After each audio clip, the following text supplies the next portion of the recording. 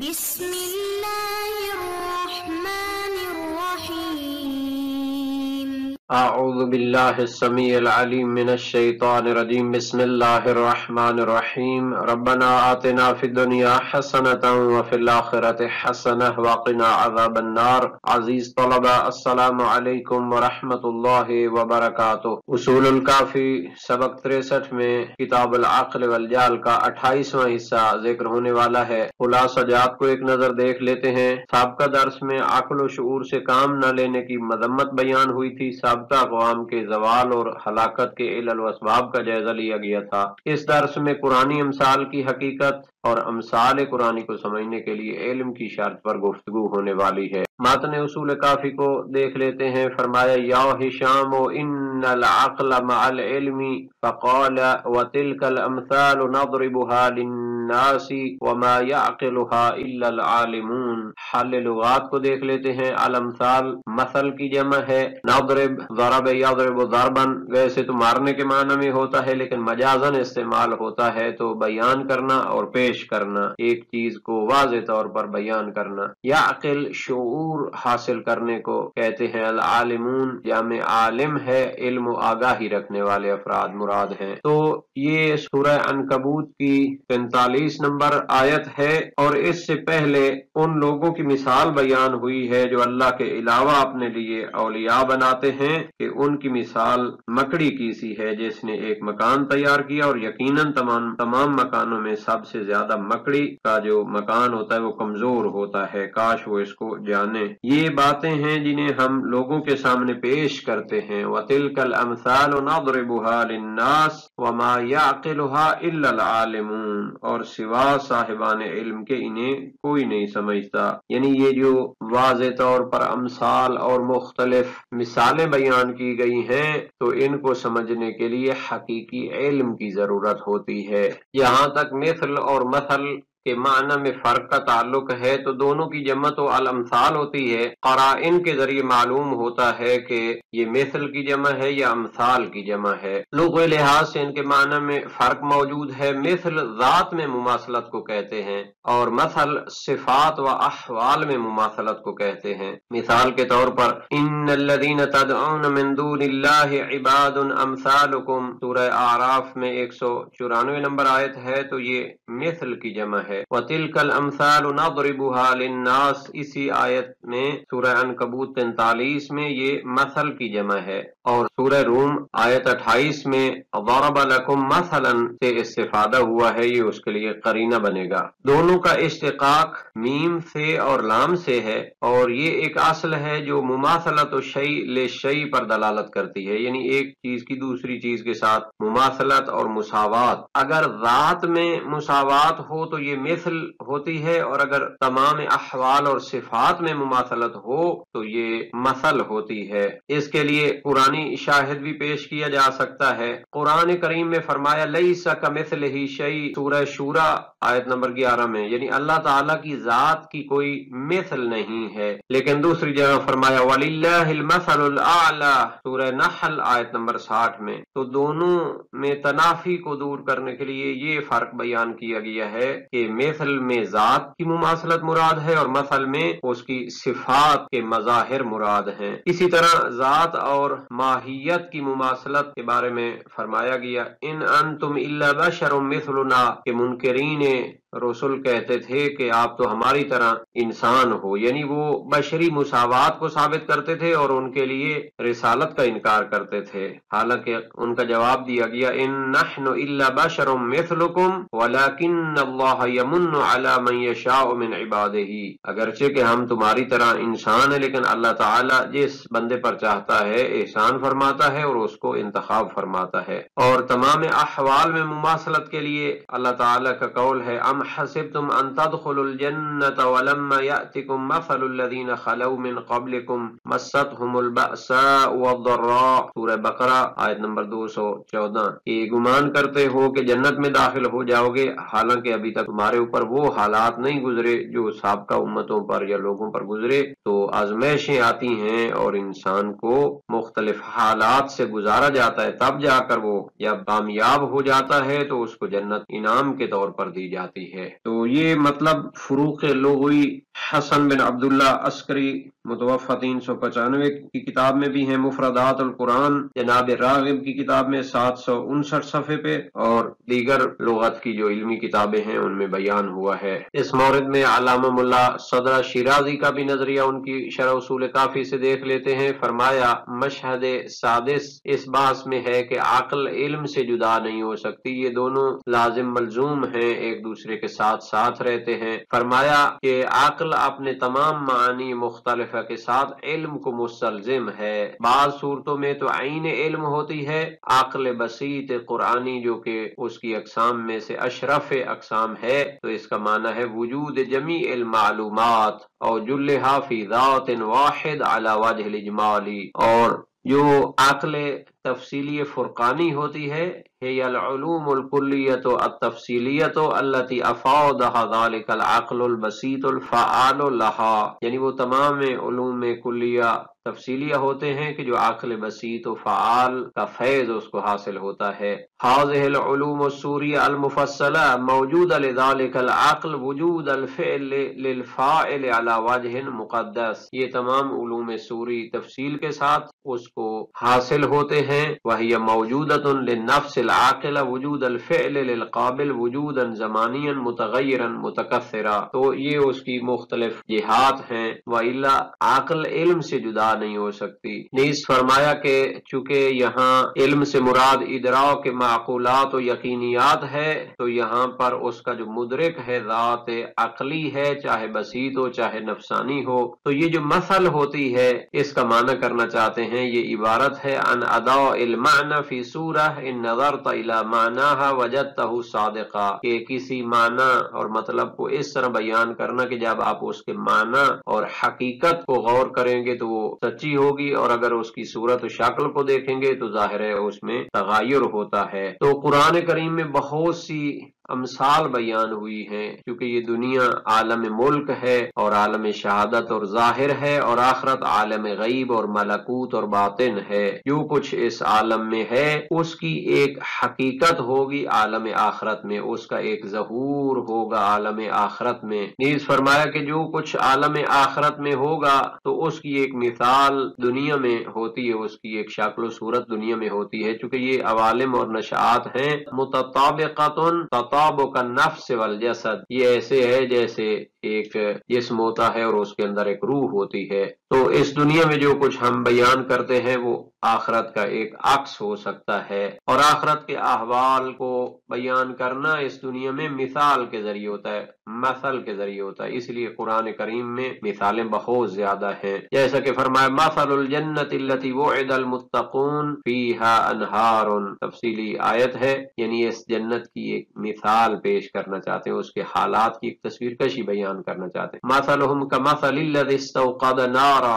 مثل الذين ينفقون اموالهم، جو لوگ اللہ کی راہ میں خرچ کرتے ہیں تو ان کی مثال بیان کی جاتی ہے۔ مثل ما ينفقون مثله كمثل الكلب، ایک بندہ جس کو اللہ تعالیٰ نے علم اور دانش عطا کی اور پھر وہ گمراہی پہ جاتا ہے، حق کے مقابلے میں آتا ہے، تو اس کی مثال حالات اور صفات میں کتے کی سی دی گئی، آپ اس کو چھیڑیں نہ چھیڑیں تو اس نے اپنا کام کرنا ہوتا ہے۔ مثلهم كمثل الحمار، ان کی مثال جن کو علم اور کتابیں دی گئی ہیں لیکن وہ اس پر عمل نہیں کرتے، ایسے ہے جیسے گدھے کے اوپر کتابوں کو لاد دیا گیا ہو کہ اس سے کوئی استفادہ نہیں کرتا۔ ضرب اللہ مثلا للذین آمنوا، تو ایمان والوں کی مثال دی گئی ہے۔ ضرب لکم مثلا من انفسکم، تو بہت زیادہ امثال ہیں۔ المعجم المفارس لالفاظ القرآن میں مثل کے عنوان سے اس کو دیکھا جا سکتا ہے، ناضربو یضربو کے عنوان سے بھی دیکھا جا سکتا ہے۔ مزید اس کی وضاحت دیتے ہوئے فرماتے ہیں کہ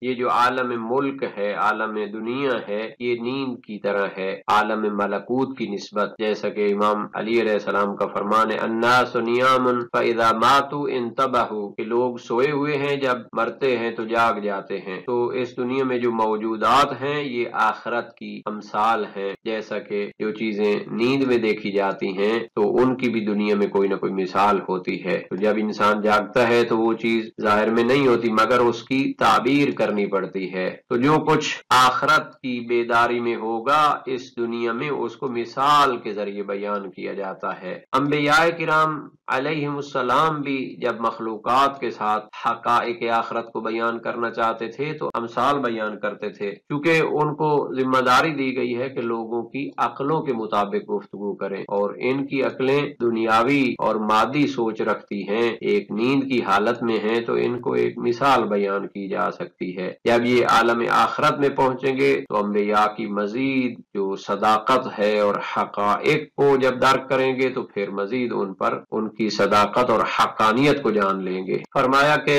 انبیاء وہ تعبیر کرنے والے ہیں، اس دنیا میں مثالیں بیان کرتے ہیں، جو کچھ حقائق آخرت میں ظاہر ہونے والے ہیں ان احوال و صفات کی تعبیر بیان کرتے ہیں، جیسا کہ ابن سیرین اور دوسرے خواب کی تعبیر کرنے والے وہ جو چیزیں نیند میں انسان دیکھتا ہے وہ عالم بیداری میں جو اس کی تعبیر ہو سکتی ہے، حقیقت ہو سکتی ہے، اس کو بیان کرنے والے اس کی کچھ مثالیں بیان کی ہیں۔ ایک شخص نے ابن سیرین سے کہا کہ میں نے دیکھا ہے نیند میں کہ ہاتھ میں انگوٹھی ہے جس کے ذریعے میں لوگوں کے منہ اور ان کی شرمگاہوں کو مہر لگا رہا ہوں۔ فرمایا انکا مؤذن تؤذن فی رمضان قبل الفجر، تو اذان دے گا جس کے ذریعے فجر سے پہلے لوگوں کے روزے رکھوائے گا، گویا کہ وہ نیت کریں گے اور اپنی منہ اور اپنی شرمگاہوں کی حفاظت کریں گے۔ اسی طرح ایک دوسرا شخص آیا، اس نے کہا کہ گویا میں زیتون میں زیت ڈال رہا ہوں۔ فرمایا کہ تیرے پاس ایک کنیز ہے جس کو تو نے خریدا ہے، اس کے بارے میں دیکھ کہ وہ تیری ماں ہوگی، کیونکہ زیتون کی اصل زیت ہے، تو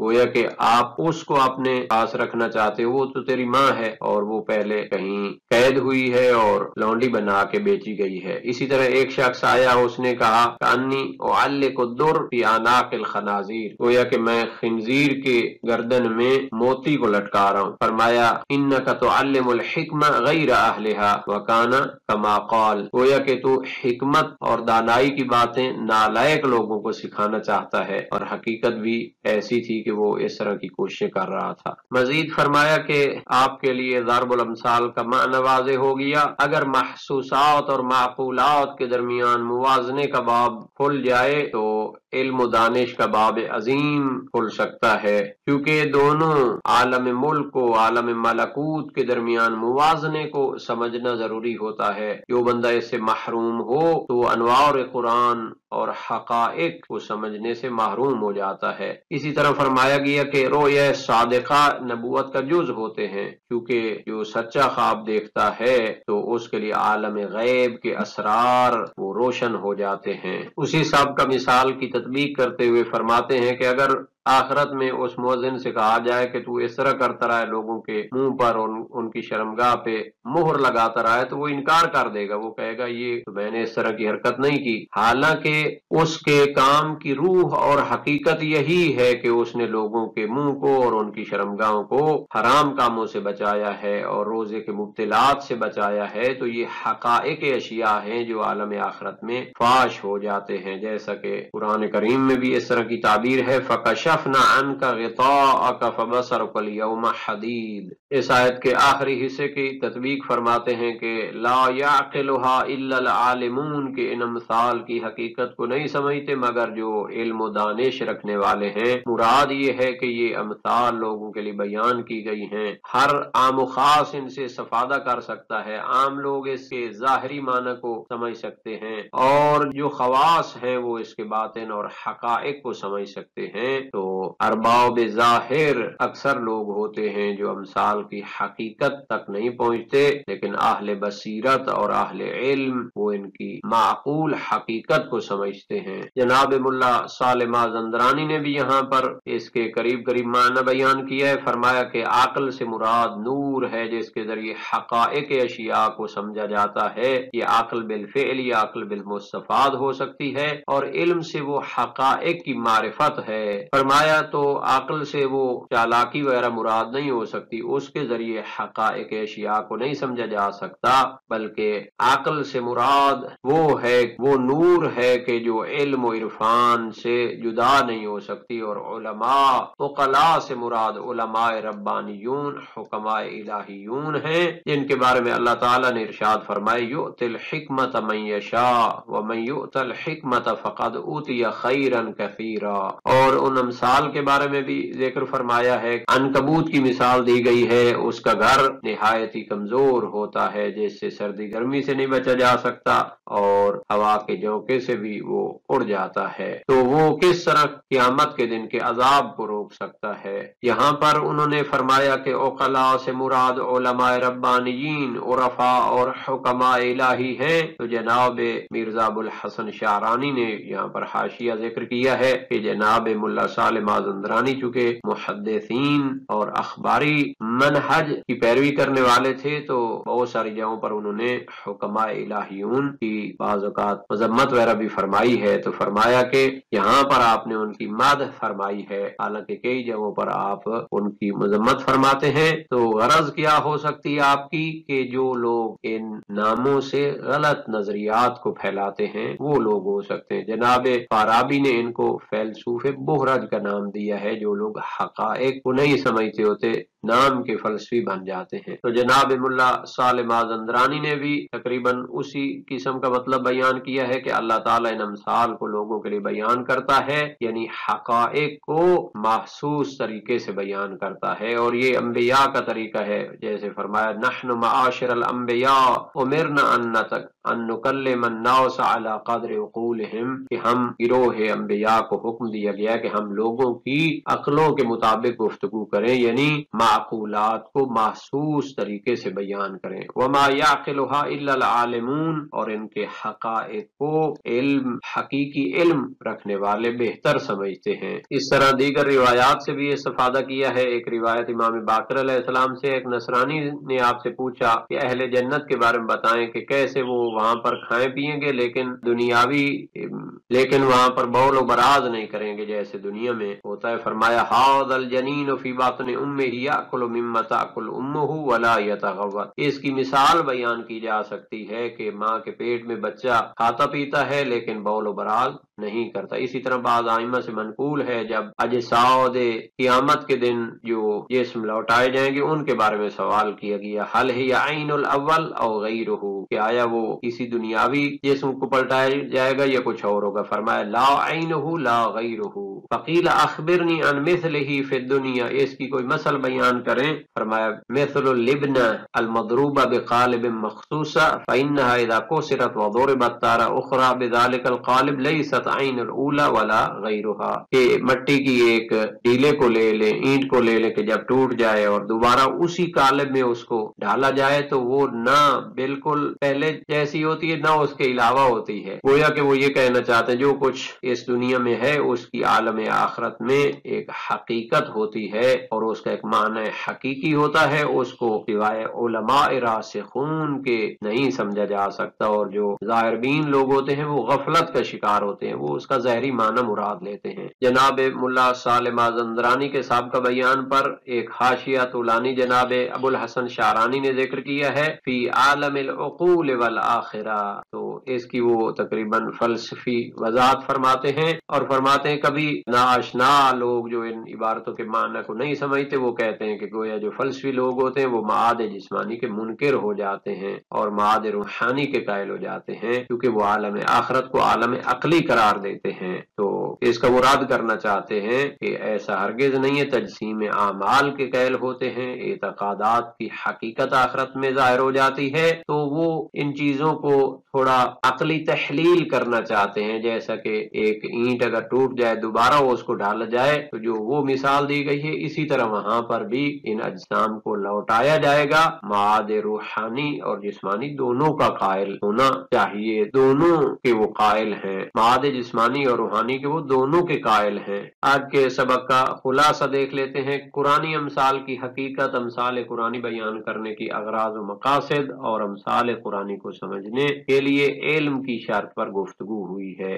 آج کے سبق کا خلاصہ دیکھ لیتے ہیں اور اللہ تعالیٰ سے دعا کرتے ہیں کہ ہمیں قرآن اور سنت کو سمجھنے اور ان پر عمل کرنے کی توفیق عطا فرمائے۔